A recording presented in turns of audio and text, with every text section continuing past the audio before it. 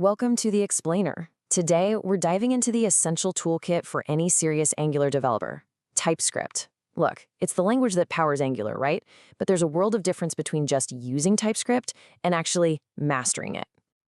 So that brings up a really important question, one you should ask yourself.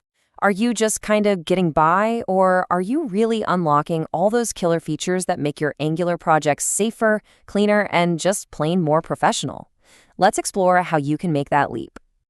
Okay, let's start at the beginning. First things first, you've got to have a solid foundation. And in TypeScript, that means one thing: strong typing. Now, this isn't just about, ticking a box or following some rules. It's about building a safety net. A net that catches bugs before they ever get a chance to mess things up for your users. One of the coolest, most elegant things about TypeScript has to be type inference. It's just so smart. Like, if you write const user IDs equals 123, TypeScript doesn't need you to tell it that's an array of numbers. It just knows. But here's the kicker. It'll still stop you cold if you try to push a string into that array. So you get all the safety with way less boilerplate code. Okay, but what about more complex stuff? I'm talking about a user profile, a product from a store. That's where we need to get a little more explicit. And that's where interfaces come in. I want you to think of an interface as a blueprint, right? It's a contract that defines the exact shape your data has to have. This is huge because it just wipes out whole categories of runtime errors. And for teams, it's amazing. Everyone knows exactly what the data should look like. And check this out.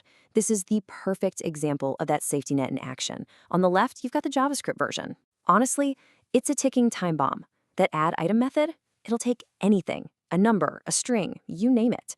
And that's how you get those weird crashes late on a Friday. But look at the right. By adding item product, we've made a deal. We've created a strict contract.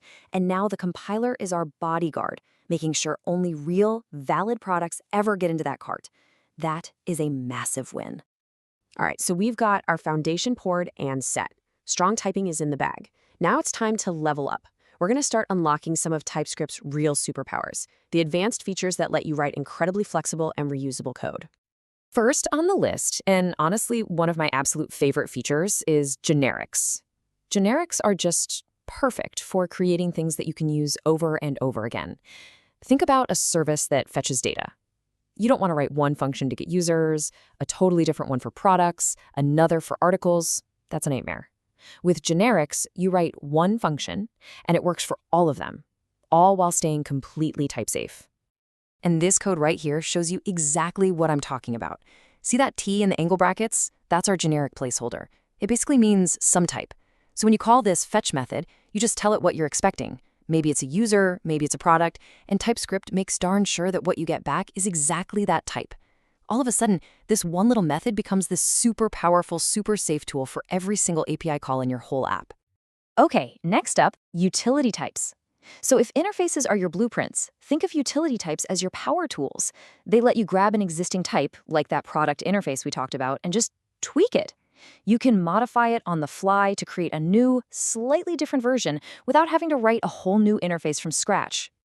Let's dive into two of the most common ones you're going to use all the time in Angular. First, you've got partial. This thing is a lifesaver for stuff like multi-step forms, right? Where the user is filling out the data bit by bit, and the object isn't complete yet. Partial makes all the properties optional. Then you've got read-only.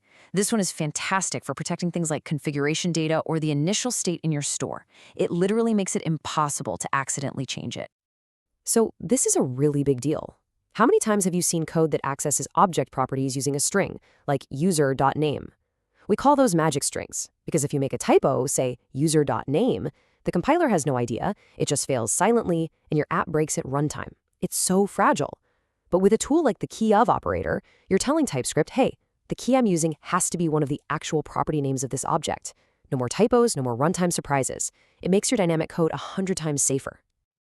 Okay, now for the fun part. Let's pull back the curtain and look at how Angular itself actually works. The real secret sauce, if you will.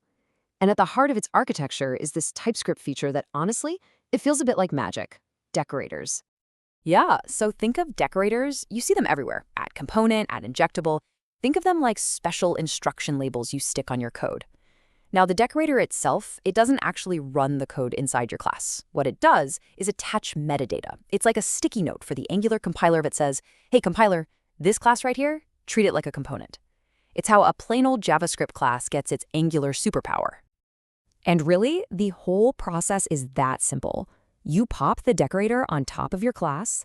Step 2, TypeScript attaches all that metadata behind the scenes.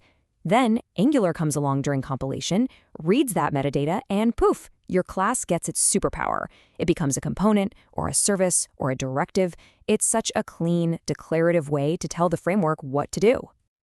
And here's where it gets really powerful. You can make your own decorators.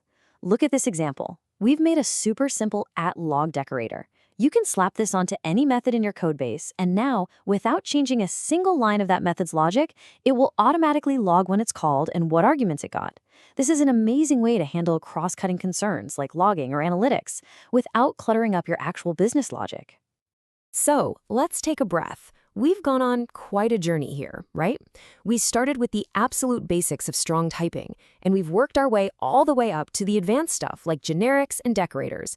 And hopefully, you can see how each of these tools builds on the last, helping you create code that's not just safer, but way more maintainable and expressive. And look, the big takeaway here is crystal clear. Getting good at these TypeScript features, it's not just some academic thing to put on your resume. It has a direct real-world impact on your work. You're going to catch bugs way earlier. You'll build components that are actually reusable. You can refactor code without that pit in your stomach. And ultimately, you empower your entire team to build better apps faster. It's a win all around.